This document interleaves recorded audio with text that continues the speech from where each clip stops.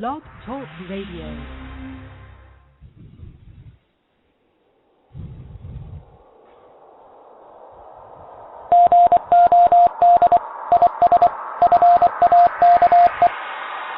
Purely rational.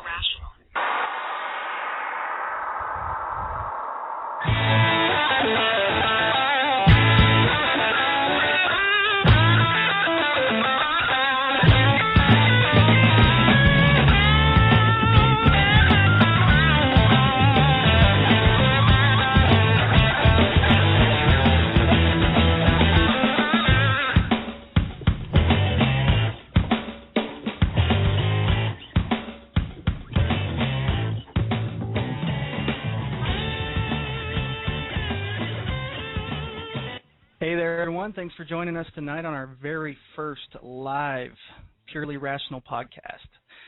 Sorry about the short notice. You know, this was actually intended to be a pre-recording.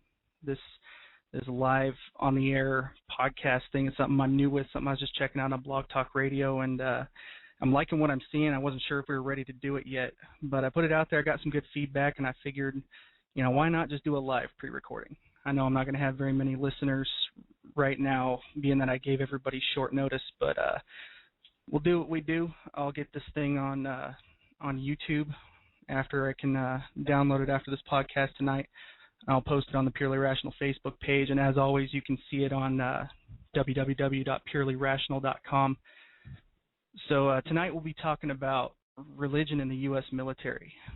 I want to raise some awareness on a few issues and just kind of give everybody a feel for what it's like to be a non-believer in the military. You know, I was giving some thought to what the first real podcast should be about, and I figured I might as well stick to what I know best.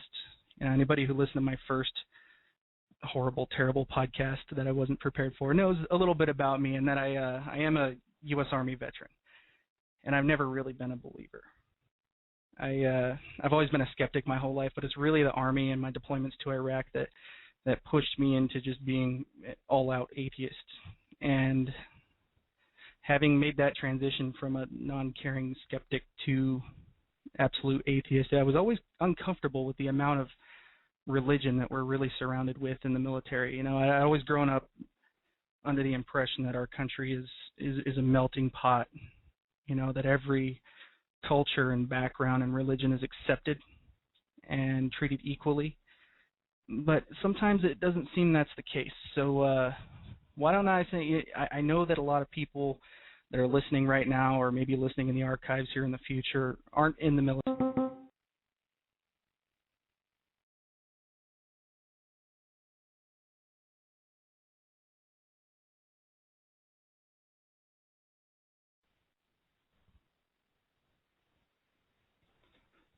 Okay, someone please type in chat if you can hear what I'm saying right now. That was very interesting. Let me tell you what just happened there. I'm in order to connect to this podcast, I've got to call in via some sort of phone line. What I'm using is a Skype style call-in process right now, and I just basically got booted. So let me try and pick up where I left off.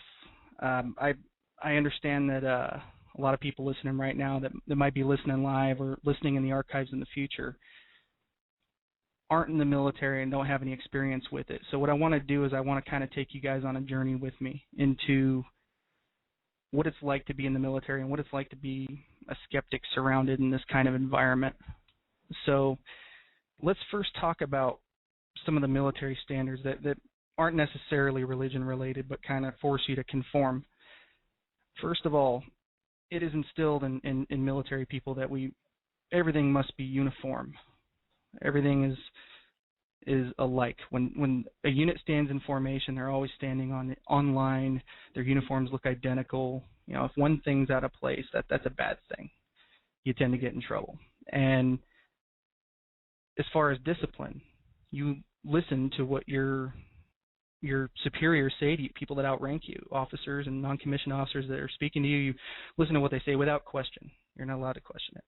And that comes into play in this. You see, in every single event that's ever held in the military, be it a change of command ceremony, maybe somebody's deploying to war, maybe a unit's deactivating. And every single event that's held, there's always a chaplain. A military officer will get up there and introduce this chaplain. A chaplain will come up and will lead a prayer. And where this military uniformity and discipline comes in is everybody's in formation, standing at attention, this rigid, straight up and down position you've got to stand in and keep. And then the chaplain will come up and he'll give his invocation. And I actually have one that I pulled off of a chaplain community website, just kind of give you a feel for what this like. And what you'll see this chaplain come up and he'll address the entire crowd. It could be a brigade, thousands of soldiers or Marines, whatever branch that they're addressing, and they'll come up to the podium and you'll hear, "Let us pray." And that's almost like a military command. I mean, everybody goes from the position of attention to basically both hands crossed in front of you, looking down as if you're praying. And it doesn't matter what you believe. You will do that because everybody must be uniform. Be that one guy standing out that looks different from the rest. I dare you to. And the chaplain will say something like this: "As we depart one from the other, may God bless us and keep us. Into his gracious protection we commit ourselves. May he be near us to defend us, with us to refresh us, around us to preserve us, before us to guide us, and behind us to justify us, and above us to bless us and keep us from all evil. Be gracious unto us, O God, and bless us as we depart from this place. Stretch forth thy protection and guard our country, that we be devoted to thy service. May ever be defended by thy power." Devoted to thy service. This is a chaplain, a commissioned officer in the United States military, declaring to an entire formation in front of whoever feels the need to attend. These are families of people, perhaps foreign people that might be looking at this event, whatever it is, getting this perspective that our military is devoted to God's service, and that the missions that we are set out to do are in the name of God. Our supposedly secular nation is being addressed to the public in this fashion. And like I said, every single event in the military is accompanied by a chaplain preaching about God. And where does this leave the rest of the people in the military? What about the Muslims? There are tons of Muslims in the military. How do they feel about a Christian chaplain coming up and then being forced to participate in this service where they're literally being ordered to pray and told that the mission they're being sent off on is devoted to the service of God? What about Buddhists? And what about us atheists? We don't get a say. We just have to conform. There is an Army regulation out there called Army Regulation 165-1. I did a little research on this. This is the regulation that covers the chaplaincy program. Now, Army regulations are approved by the Secretary of the Army. The Secretary of the Army is under direct authority of the Defense Department, the government, a presidential appointed position. So this presidentially appointed position approved the Army regulation that I'm going to read from right now. And this regulation says that the chaplaincy program is the commander's program, and the commander will do certain things to accommodate it. Things like approve the use of government facilities for religious purposes, support chaplain-led programs that build and maintain strong personal character, family structures, and moral well-being. Now, who is the Secretary of the Army to say what somebody might consider a program that preaches strong personal character? I personally don't think that a book filled with genocide and slavery is in a position to be telling me about morals and strong personal character. I don't think that a book that tells people that homosexuals should be killed is going to provide any good family structure or moral well-being. But the Army dictates that commanders must conform to this and must provide for it. I just find that very interesting. You know, and why don't we have support systems like this in the military? There's literally nothing like the chaplaincy program for non-believers. Your chaplains are out there, and they will bend over backwards to help believers. They will do everything in their power. They'll counsel them. They'll do Bible study with them. They hold programs. They do all kinds of really fun stuff. You know, when I was in basic training, it was actually a 17-week program for military police. It was basic training and military police training mixed together. And during about week 12, we were worn out. You know, you got these drill sergeants yelling at you every day. You're doing all this physical training every day, all day, and you are just worn. And then comes this chaplain that says, hey, we got something going on off post. It'll give you guys a chance to get a break from basic training for a day. You know, you get a day pass, go out there, we're going to have a lot of fun, we're going to eat some food, kind of get your mind out of here, take a little rest, and we'll come back into the grind. Everybody thinks it's great. What they didn't tell us is it was a huge proselytizing operation. You know, they tantalize us with this means to get away from the drill sergeants for an entire day and put us in this church where we're preached to, and we got all these chaplains coming at us. It was very interesting. But I never once have met an atheist chaplain. And you know why? Because they don't exist. Right now, there's one of the people in the chat room right now actually just brought this up. That's why I'm talking about it. There's a guy who's trying to become the first humanist chaplain. And he submitted his application for review. See, humanism is not a religion that's recognized by the Pentagon yet. They recognize 81 religions, but there is no religion that covers atheism or humanism or nothing non-religious. And I'm going to read you a little bit of an article from the LA Times. It says, a Pentagon spokesman declined to say whether the society is an approved endorsing agency. And what they're referring to there is the gentleman is trying to be a humanist chaplain. He had to be endorsed by an agency first before he could be considered a leader of a religion, and he chose the Humanist Society, and the Pentagon's trying to decide whether or not that's a legitimate agency, even though it's been around for 72 years. They call the HEAPS application pre-decisional. Humanism doesn't appear on the Pentagon's list of 81 religions represented by the military's 2,884 chaplains. They have unknown and no religious preference listed, but nothing non-religious. Unknown and no religious preference kind of lend to believe either you don't care or you're undecided. Nothing definitively, I don't believe. There's no support system for that. This article goes on to say, last month, the House of Representatives approved a measure by Representative John Fleming, a Republican out of Louisiana, designed to prevent the Pentagon from accepting atheist chaplains. Quote, the notion of an atheist chaplain is nonsensical. It's an oxymoron. It's absurd to argue that somebody with no spiritual inclination can fill that role. Really. A chaplain's role is the morale of the troops.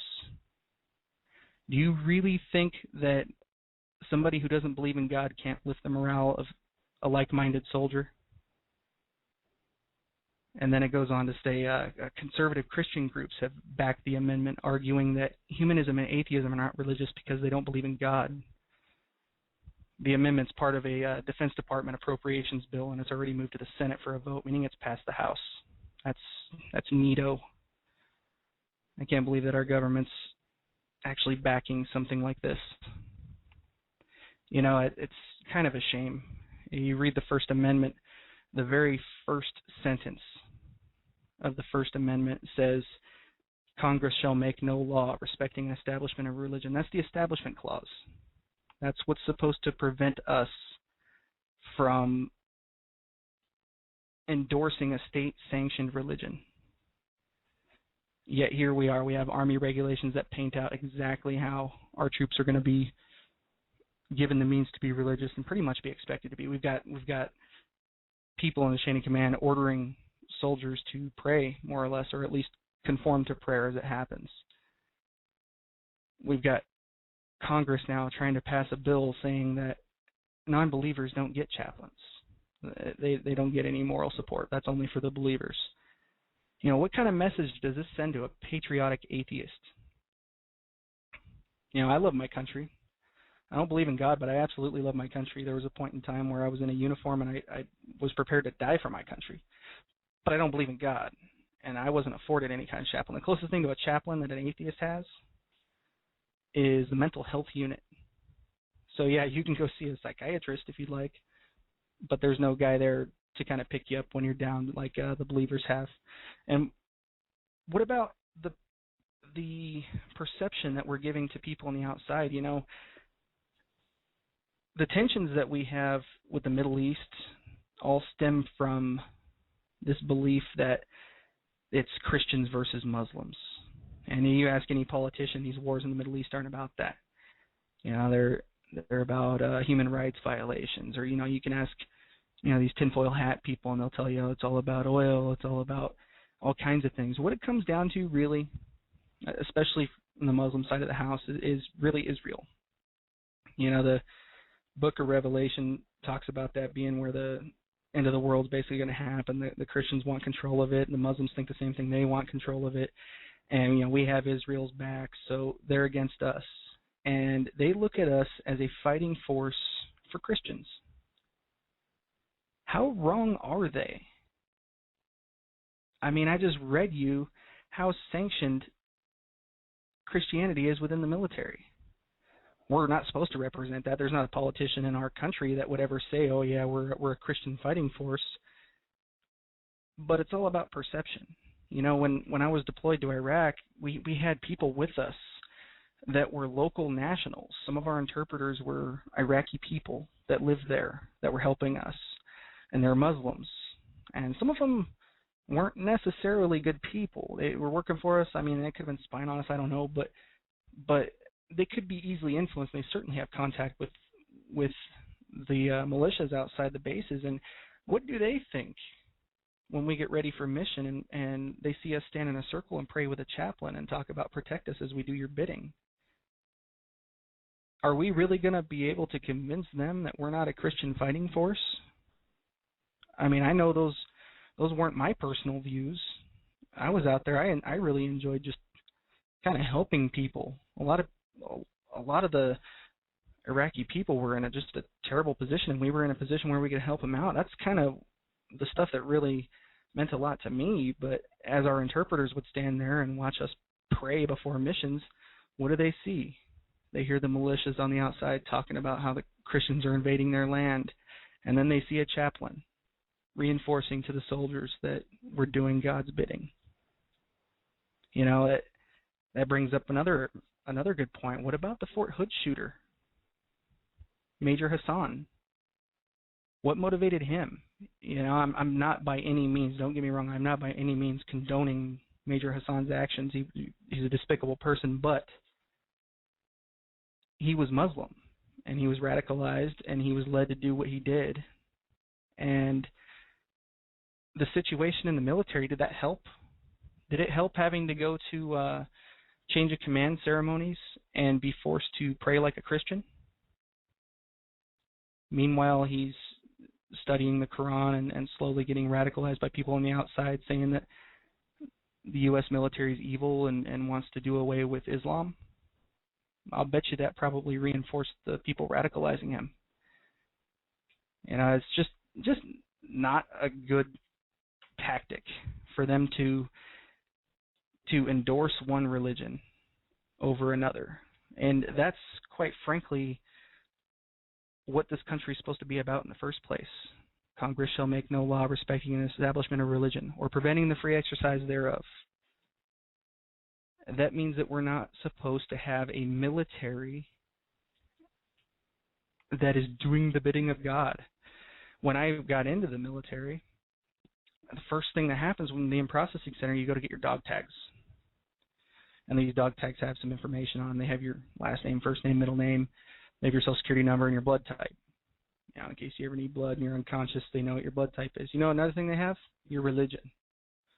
Because, frankly, they need to know what kind of service to give you if you're killed. Fair enough. So I'm sitting there in front of this lady as she's typing up what my dog tags are going to say. And she goes, "What's your religion?" And I wasn't a hardcore atheist at this point, but I didn't believe in God. And I'm like, well, I don't have one. And she says, okay. And that's all I heard about it. A couple days later, I get my dog tags handed to me. They say, no religious preference. No religious preference. That's not what I said. I said I don't have a religion. I don't believe in God. No religious preference implies that, oh, sure, send me a Catholic priest or a Christian minister, whatever you got, I'll take him. That's not what I meant. And they don't have an option for not believing. But what happens when I die? I'm always curious about that, If I were to be killed in combat, who would come to my wife's door and knock on the door? Would it be a Christian? Because they don't seem to have a chaplain for me. They have no consideration for people who don't believe, and kind of intolerance of people who believe in a completely different religion. It's all very interesting stuff. So those of you listening out there, I want to remind you that we can take some callers here. We got a couple minutes left. The call-in number is above the stream as you see. It's 646-478-4427. Feel free to call. We'll try to get you on the air. I'd love to hear your opinions on this. Maybe if some of you were in the military, you can get your points of view, or some of you from the outside, I'd love to hear your perception of what our military looks like. Me being on the inside, maybe I'm biased. I enjoyed being in the Army, but I also kind of enjoy talking smack about it. It's kind of one of those love-hate relationships. In the meantime, I just want to tell you what Purely Rational has to offer here in the future, some stuff we're looking for. We've got this new podcast, this a live podcast. I'm trying to determine what would be a good time to do a set in stone live, airtime. I'm certainly not going to plan on, coming up with some random time and telling people on Facebook 30 minutes in advance, hey, tune in, because I'm not going to get a lot of listeners that way. However, I'd love to hear from everybody and know what time's a good time for you. I've got a full-time job on the side from doing this, so it'll have to jive with that as well. But I'm sure there's a time that'll be copacetic for everybody. And also, aside from this, we're going to have the archives on the website. You'll be able to go on to purelyrational.com, click on podcasts. You'll be able to see all of our previous podcasts. We also have them on YouTube. You'll be able to go on to YouTube and view them in video format. Real great for mobile phones and everything.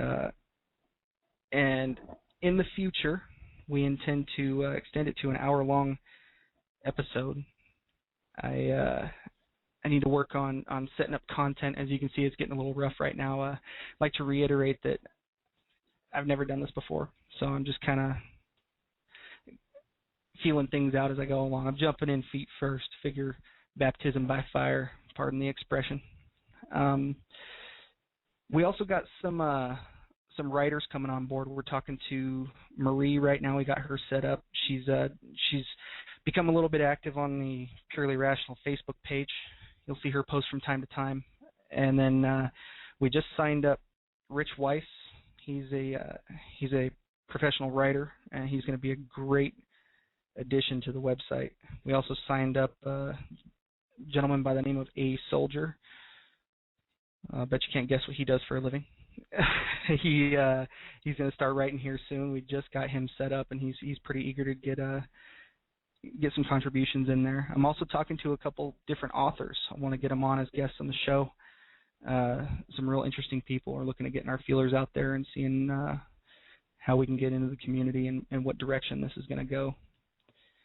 So I think that's about it. I'm not getting any calls on the switchboard. Didn't expect much tonight since I gave everybody such short notice, but to those of you listening, thank you very much. Your participation is much appreciated, and for those of you listening in the archives, go ahead and keep on listening to the ones to come, because I only plan on getting better and better, and I only hope that Purely Rational gets bigger and bigger. So thanks again for your support. Visit us at purelyrational.com, and you can check out our Facebook page, facebook.com/purelyrationalblog. Thanks a lot, and everybody have a good night.